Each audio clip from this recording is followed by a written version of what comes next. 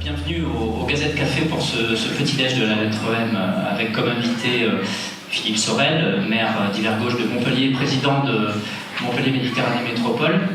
Je l'ai dit à M. Cazeneuve, Premier ministre, lorsque je suis allé à Paris, il faut défendre le projet d'Abogère. Il ne faut pas se laisser manger par les vendeurs de rêves et par ceux qui font des gesticulations politiques. Le contournement d'Yves-Montpellier, c'est un équipement international européen qui a pour but de mettre en relation l'Europe du Nord et l'Europe du Sud, avec l'Espagne, et le segment méditerranéen. Pour le fret, pour la LGV et pour l'ensemble des transports. C'est ce que Georges Frêche avait appelé de ses voeux le hub de Montpellier. Aéroport, gare de TGV, contournement routier et autoroutier. On ne peut pas développer une métropole et son économie si on n'a pas les infrastructures. Bouygues Immobilier est présent sur le territoire de Montpellier depuis plus de 40 ans. Dans le cadre du développement urbain, on a aujourd'hui deux nouveaux quartiers qui sont en lancement, le quartier de Hailly et le quartier du Nouveau Saint-Roch. Quasiment 8 000 logements qui ont été développés sur la métropole. 8 000 logements, c'est quasiment 16 000 emplois. Pendant les besoins des entreprises sur le foncier. Vous avez évoqué lors des vœux des besoins ou des possibilités de dégager 300 hectares de foncier. Quelle échéance? Et puis on a souvent parlé d'un village automobile, cher à certains.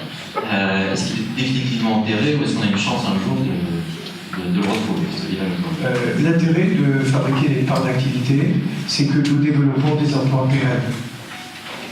Et ça, c'est fondamental. L'idée, ça serait, est-ce que vous avez la volonté de créer un pilote avec la French Tech, avec les transporteurs, les urbanistes et vos services, on travaille déjà avec vous, pour élaborer la logistique urbaine future, parce que ça va devenir un enjeu crucial pour les citoyens qui habitent, mais aussi les commerçants et les transporteurs.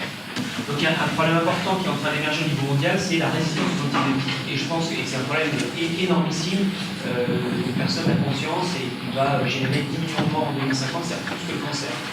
Et je pense qu'à Montpellier, on a tous les moyens pour mettre en place une vraie filière et devenir la capitale de la lutte contre la résistance aux antibiotiques. Vous avez raison, les antibiotiques deviennent de faible ciblage, de faible intensité, même les plus durs.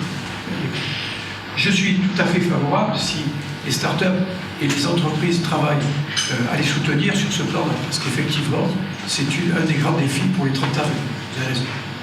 Aujourd'hui, des efforts ont été faits au niveau de l'attractivité, au niveau des animations, au niveau de la sécurité.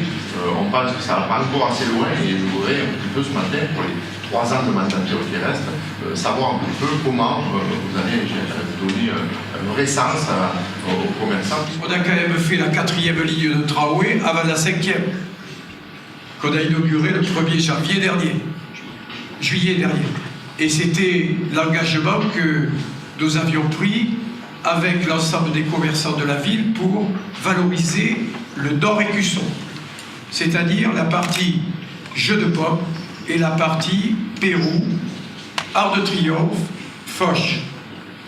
Monsieur Bourg voulait faire une grande marque ombrelle, Montpellier Limited. Ça avait été soutenu par beaucoup d'ailleurs. Moi, je n'ai qu'une seule marque ombrelle, c'est Montpellier. Merci Monsieur Sorel, je pense qu'on peut l'applaudir.